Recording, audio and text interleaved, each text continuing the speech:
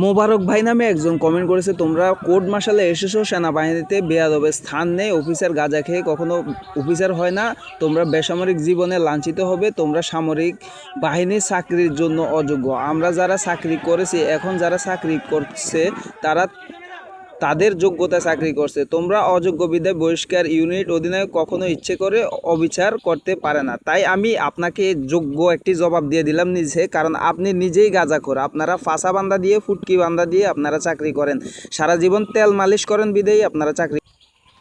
এই যে কমেন্ট করতেছে যারা চাকরিতে বহাল আছে অথবা পেনশনে যারা গেছে যারা চাকরি করতেছে, এরা হচ্ছে আসলে কুলাঙ্কার।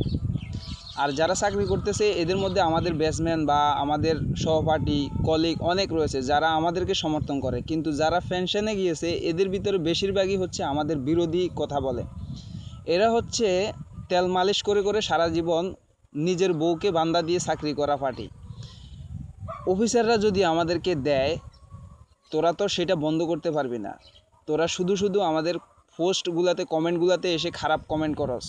পারলে ভাইকে সহযোগিতা করে, অপর ভাইকে সহযোগিতা কর, না পারলে মুখটা বন্ধ রাখ। কুলাঙ্কারের বাচ্চারা এত কষ্ট করে এতগুলো ফ্যামিলি এই রাস্তায় নেমে কষ্ট করে আন্দোলন করতেছে, তোদের মতো কুলাঙ্কারদের এটা সহ্য হচ্ছে না। ধিক্কার জানাই তোদেরকে।